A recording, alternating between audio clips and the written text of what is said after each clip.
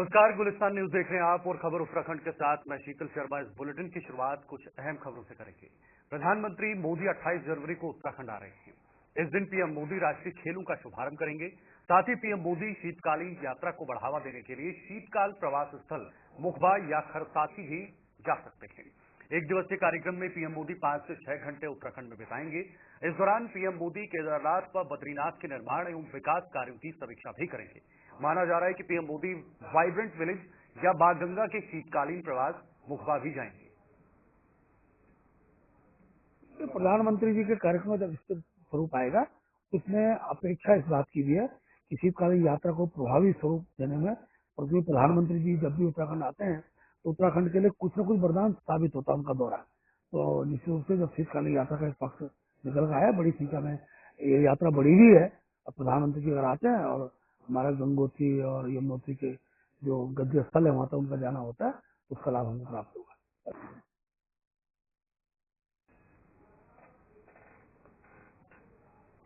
वही प्रधानमंत्री नरेंद्र मोदी हर साल परीक्षा पे चर्चा कार्यक्रम के जरिए देश भर के विद्यार्थियों के साथ चर्चा करते हैं। इस दौरान प्रधानमंत्री मोदी हाई स्कूल और इंटरमीडिएट की परीक्षाओं में बच्चों को तनाव से निपटने के गुण सिखाते हैं। इस कार्यक्रम में सम्मिलित होने के लिए हर साल बड़ी संख्या में विद्यार्थी रजिस्ट्रेशन कराते हैं, जिनमें से एक प्रक्रिया के तहत चयन किया जाता है। इस बार देहरादून से फूलचंद नारी शिल्प कन्या बालिका इंटर कॉलेज की 11वीं की छात्रा प्रीति तपाली को प्रधानमंत्री मोदी से बात करने का अवसर मिलेगा। विद्यालय शिक्षा महानिदेशक झरना कमठान ने कहा है कि राज्य का कोटा 2 बच्चों का था, जिसमें से प्रीति तपाली का चयन हुआ है। साथ ही एक अन्य बच्चे का भी चयन किया जाएगा।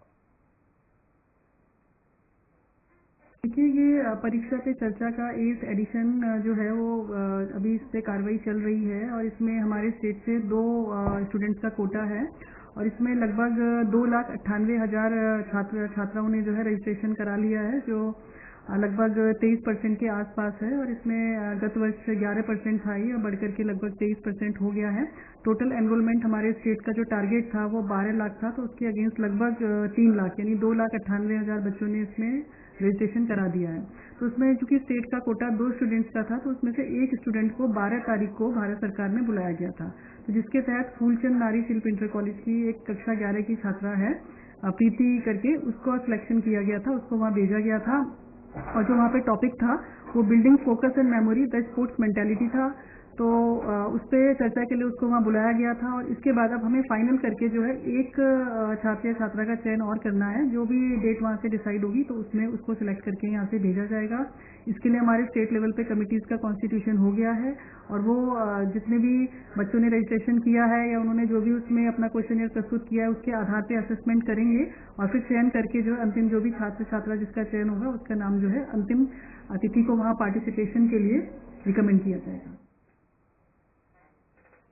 इधर हल्द्वानी पहुंचे पूर्व मुख्यमंत्री हरीश रावत ने कांग्रेस के मेयर प्रत्याशी ललित जोशी के समर्थन में जनसभा की है। इस दौरान हरीश रावत ने कहा कि पहली बार कांग्रेस ने राज्य आंदोलन के संघर्ष से निकले दमदार प्रत्याशी ललित जोशी को हल्द्वानी में मेयर का उम्मीदवार चुना है। उन्होंने कहा कि यह वह प्रत्याशी हैं जो जनता के संघर्ष से निकले, जनता की भावनाओं और उनकी समस्या के लिए लड़ना जानते हैं, और ललित जोशी ने अपना विजन भी जनता के समक्ष रखा है। हरीश रावत ने कहा कि महंगाई, भ्रष्टाचार, बढ़ती बेरोजगारी और खराब नगरीय व्यवस्था को देखते हुए इस बार जनता बीजेपी को सबक सिखाएगी और कांग्रेस प्रत्याशी बड़े अंतर से चुनाव जीतेंगे। वो कितना ही एजेंडा चलाएं, लोग एक बात समझ गए हैं इस बात को कि ये बांट करके जो आज हमको किसी धर्म के नाम पर बांट रहे हैं, कल इनको वोट की जरूरत पड़ेगी तो हमको महिला पुरुष के रूप में भी बांटेंगे, ये बहन और भाई के बीच में भी खाई पैदा करेंगे, ये फिर जातियों के रूप में भी हमको बांटेंगे। तो कब तक हम बटेंगे, तो ये लोगों के मन में सवाल उठ रहा है, और इसलिए लोग इस समय कहीं और नहीं देख रहे हैं बल्कि अपनी समस्या को देख रहे हैं। और उत्तराखंड के लोगों के मानस को देख करके मुझे ये लगता है कि लोग अपनी समस्या, अपने सवालों को देख करके पहली बार 10 साल के बाद वोट डालने जा रहे हैं। लोग महंगाई पर वोट कर रहे हैं, लोग बढ़ती हुई बेरोजगारी पर वोट कर रहे हैं, जो करप्शन बढ़ा है, भ्रष्टाचार बढ़ा है, उसके खिलाफ वोट कर रहे हैं। लोग अपनी शहरी समस्या को देख रहे हैं। लोग ये तुलना कर रहे हैं कि भाजपा के लोगों ने केवल कमीशनखोरी की, हमारी शहरी व्यवस्था को चौपट कर दिया। और दूसरी तरफ वो देख रहे हैं कि कांग्रेस के उम्मीदवार एक विजन के रूप में, अभी हल्द्वानी के उम्मीदवार ने अपना विजन किस तरीके से 5 साल काम करेंगे वो यहाँ पर लोगों के सम्मुख रखा। तो इस तरीके से लोग इस समय उस उम्मीदवार को देख रहे हैं जो उनकी दर्द की बात कर सके, उनके लिए संघर्ष कर सके, उनकी आवाज को उठा सके, उनको एक बेहतर नगरीय व्यवस्था दे सके। और मैं अपनी पार्टी के सभी लीडर साहिबान को बहुत धन्यवाद देता हूं। उन्होंने सब जगह बहुत शानदार उम्मीदवार छांटे हैं और संघर्ष के उम्मीदवार छांटे हैं। और इस समय हमारे 12 उम्मीदवार ऐसे हैं, 1 दर्जन उम्मीदवार ऐसे हैं जो लोग राज्य आंदोलन के संघर्ष में आगे खड़े थे, जिन्होंने कैसा राज्य होगा हमारा उसकी कल्पना के साथ लड़ाई लड़ने का काम किया था। तो हमने उनको उम्मीदवार बनाया है। हमने इस समय करीब 1.5 दर्जन ऐसे उम्मीदवार हैं जो लोग छात्र संघों के अध्यक्ष या किसी न किसी छात्र संघ में किसी न किसी तरीके से रहे, या हमने उन लोगों को बनाया है जो विपक्ष के रूप में निरंतर संघर्षशील रहे हैं, वो हमारे उम्मीदवार है। तो ये इस समय एक शानदार टीम के साथ और शानदार विजन और सोच के साथ कांग्रेस चुनाव के मैदान में है। और मुझे पूरा भरोसा है कि अब लोग इस समय हम विपक्ष धर्म को निष्ठा के साथ, और निष्ठा के साथ शक्ति भी आवश्यक होती है, हमको शक्ति दे करके हम अपनी निष्ठा को पूरा कर सकेंगे, उसके लिए वोट करने का काम।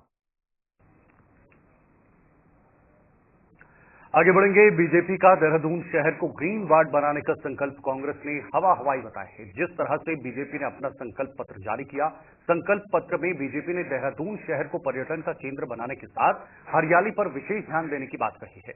इस मुद्दे पर कांग्रेस के प्रदेश प्रवक्ता शीशपाल सिंह बिष्ट ने चुटकी लेते हुए कहा कि वे बीजेपी से पूछना चाहते हैं कि 15 साल से नगर निगम में बीजेपी का ही कब्जा था और 8 साल से प्रदेश के अंदर प्रचंड बहुमत की बीजेपी की सरकार है। अगर बात की जाए देहरादून को ग्रीन बनाने के लिए बीजेपी को किसने रोका था, साथियों ने कहा कि बीजेपी धरातल पर कुछ नहीं करती, केवल सपने दिखाने का काम करती है। और इस समय जो देहरादून की दुर्दशा है वह भारतीय जनता पार्टी के कारण ही है।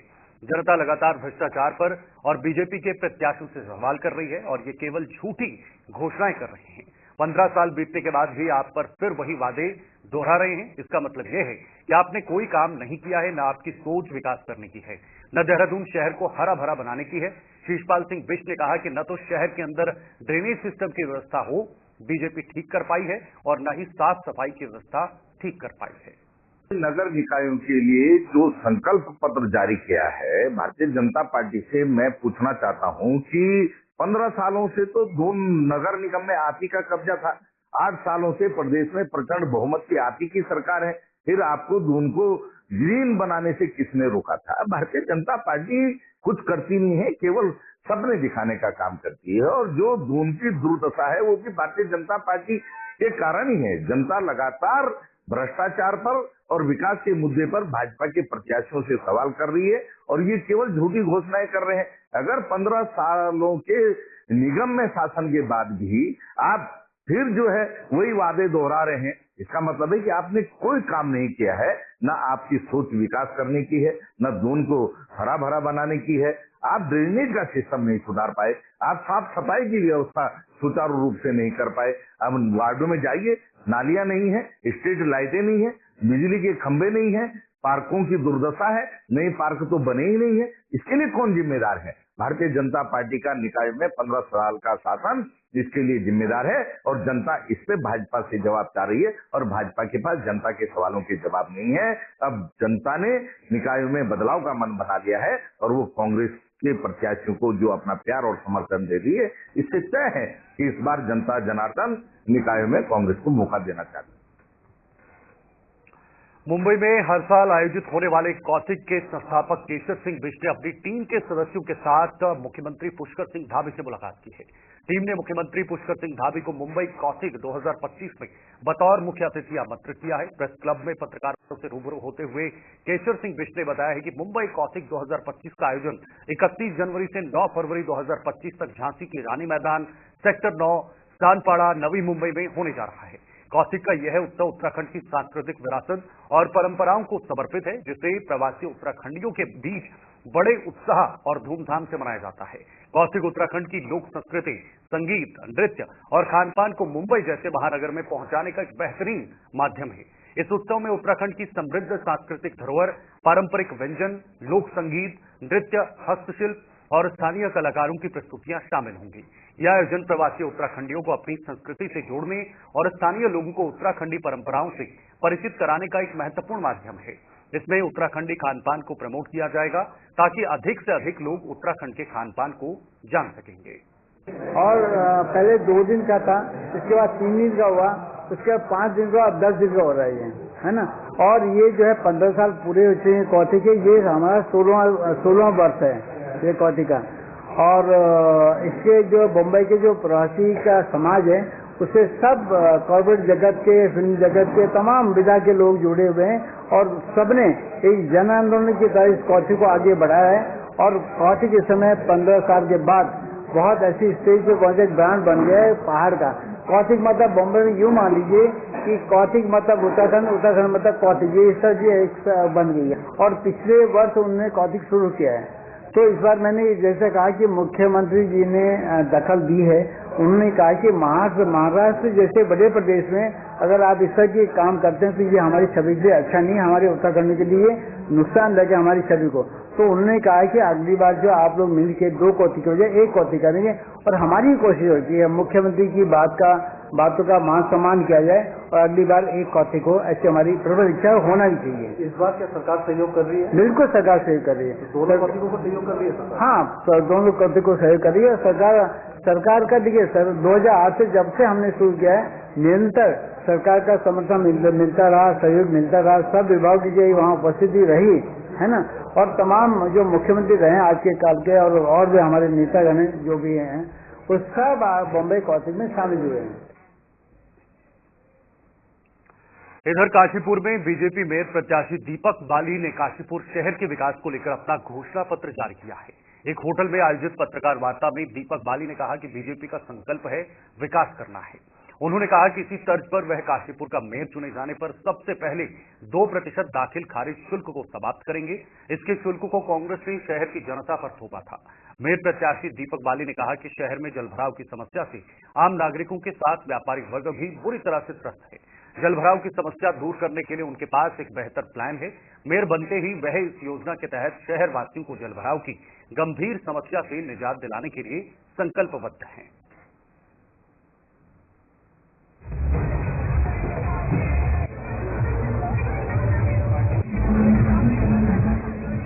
युवाओं का इतना बड़ा साथ मिला, कैसा लग रहा था। तभी मैंने कहा था कि ये तो मैं बोल रहा हूँ लगातार कि भारतीय जनता पार्टी का एक कार्यकर्ता तो प्रचार में है, लेकिन अब काशीपुर की सरासरी जनता वो माँ के रूप में, बहन के रूप में, युवा के रूप में और बुजुर्गों के रूप में खुद प्रचार पर सड़कों पर उतर पड़ी है।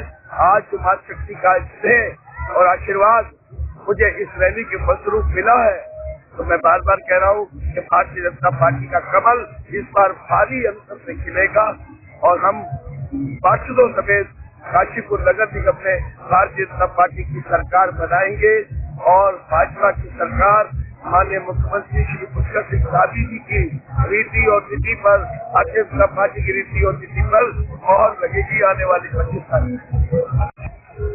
मुझसे पूछा है ना?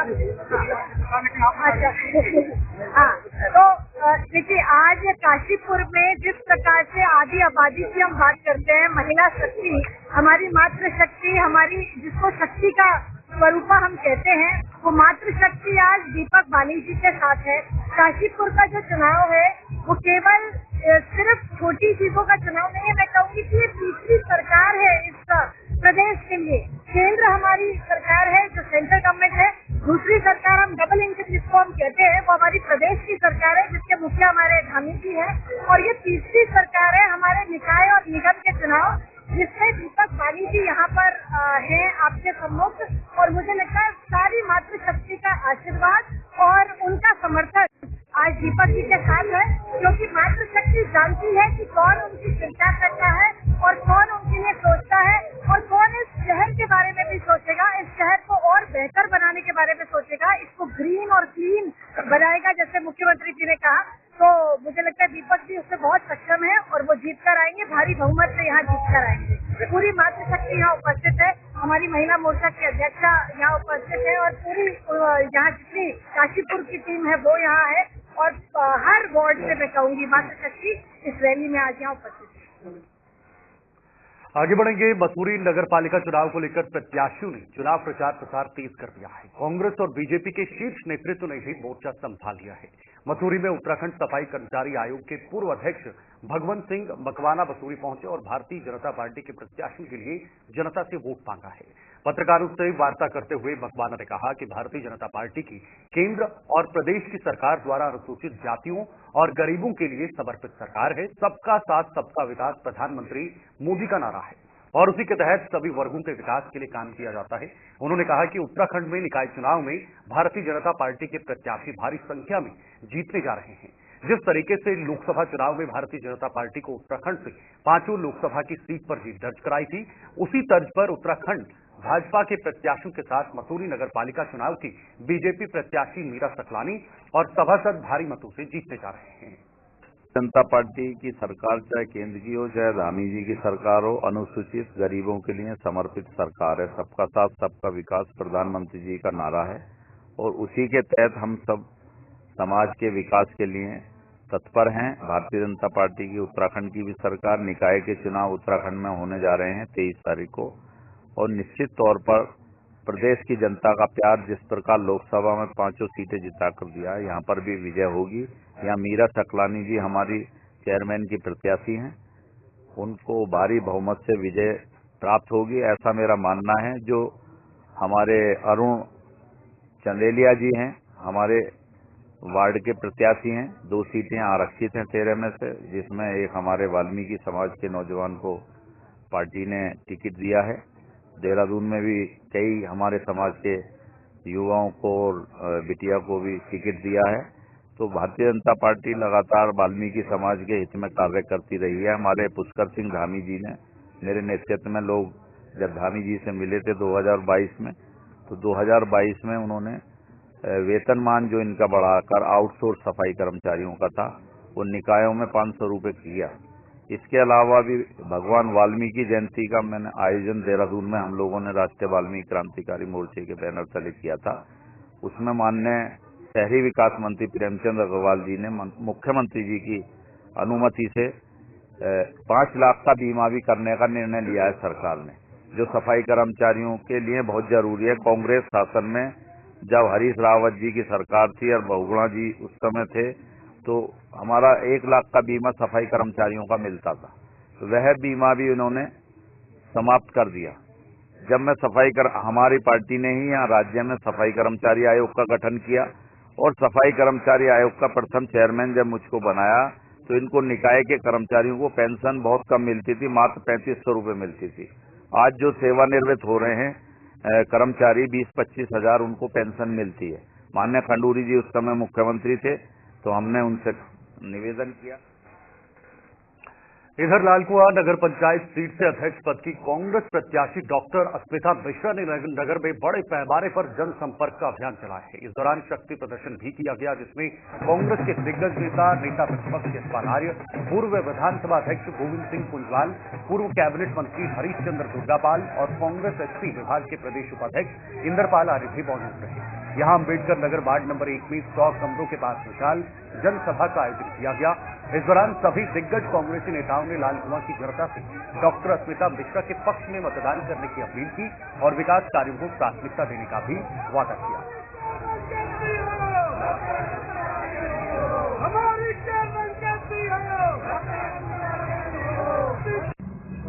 देखिए, नगर परिषद का चुनाव लालकुआं में और पूरे प्रदेश में नगर निकायों के चुनाव संपन्न होने जा रहे हैं। 23 तारीख को मतदान होना है और आज हम डॉक्टर अस्मिता मिश्रा जो कांग्रेस की नगर परिषद की अध्यक्ष के उम्मीदवार हैं, प्रत्याशी हैं, उनके पक्ष में, और जो हमारे सभासद कांग्रेस के चुनाव चिन्ह पर चुनाव मैदान में उनके समर्थन के लिए जनता का आशीर्वाद और समर्थन लेने के लिए यहाँ पर मैं पहुंचा हूँ। और माहौल बेहतर माहौल है पूरे जनपद में ही नहीं, नगर निकाय के चुनाव में पूरे प्रदेश में माहौल कांग्रेस के पक्ष में है, बदलाव का माहौल है। और कांग्रेस का एजेंडा हमेशा विकास का रहा है, सामाजिक समानता का रहा है, सर्व समभाव का रहा है। और हमारी यही पूंजी है कि हमने काम किया है और हमने जो हर वर्ग हर जाति के बीच में जाकर उनके उत्थान के लिए, उनके गरीबों के, शोषितों के, वंचितों की आवाज को बल दिया है, विकास योजनाएं प्रारंभ की हैं। लेकिन कांग्रेस की सरकार जाने के बाद भारतीय जनता पार्टी ने विकास के नाम पर जनता को ठगने का काम किया है। इनका एजेंडा विकास का है ही नहीं, इनका एजेंडा जाति और मजहब को बांटकर सत्ता पर काबिज होना है। और जनता समझ चुकी है, जनता को चाहिए रोजी रोटी और रोजगार, विकास, बुनियादी सुविधाएं, और उसके लिए कांग्रेस सक्षम भी है। और हमें विश्वास है कि नगर परिषद लालकुआं में जो हमारे प्रत्याशी हैं, चाहे नगर परिषद के अध्यक्ष हों, चाहे हमारे सभासद के उम्मीदवार हैं, उनके पक्ष में निश्चित रूप से जनता अपना मतदान करेगी और हमें अपना आशीर्वाद सहयोग देगी। ये संभावनाएं दिखाई दे रही हैं और निश्चित रूप से नगर परिषद लालकुआं में हम जीत हासिल करेंगे। क्या मानते हैं? बिल्कुल बिल्कुल। आज कांग्रेस के कई वरिष्ठ नेतागण आए थे, अपना आशीर्वाद उन्होंने दिया और समर्थन पूरा दिया।